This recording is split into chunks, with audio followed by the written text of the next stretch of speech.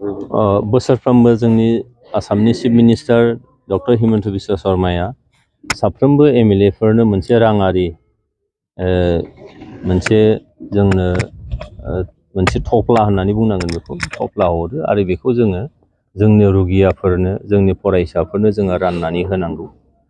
फरायसाफोरनो जोङो 5,000 खरि आङो होनाय जादों आरो रुगियाफोरनो थांनाय बोसोराव 10,000 खरि होनाय जादोंमोन, खिन्थु देग्लाय एसे फैसाखौ एसे खम हरदों आरो दाखालि खेल महारन आरो सांस्कृतिक महासंग्रामनि थाखाय 5 लाख फैसा बिनिफ्रायनो बाहायनाय जादों। बेनिखायनो देग्लाय रांनि अनजिमाया खम जानायलाय रुगियाफोरनो थांनाय बोसोराव 10,000 होदोंमोनब्लाबो देग्लाय 8,000 होनाय जादों आरो फरायसाफोरनो 5,000 खरि होनाय जादों। थांखिया बेनो जे जोंनि चिफ मिनिस्टार मानगोनां बिथां डक्टर हिमन्त बिश्व शर्माया बे खार'नावनो हरदों फैसाखौ जे ओरैबायदि माखासे न'खरफोर दङ, ओरैबायदि माखासे फरायसाफोर दङ जायफ्रा न'खराव थोजासे रां गैयिनि थाखायनो बा न'खरनिफ्राय हेफाजाब होनो हायिनि थाखायनो बिसोरनि फरायनाया मालाबा थाबथानो गोनां जायो, थाद'नो गोनां जायो, बा जायफोरनिया फरायनाया जोबथानो गोनां जायो।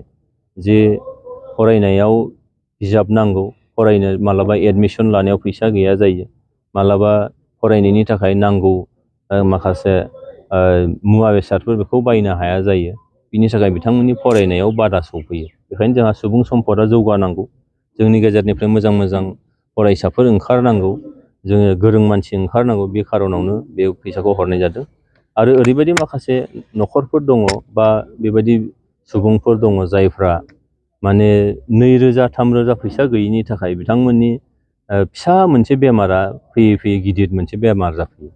जोङो नुदों जे दिनैनि थारिखआव डक्टरफ्रा नोङो ब्लाड टेस्ट खालामाबा, नोङो सन'ग्राफि खालामाबा, नोङो एक्सरे खालामाबा, मालाबा सिटि स्केन खालामाबा नोङो मालाबाबो बिथांमोना मुलि लिरा।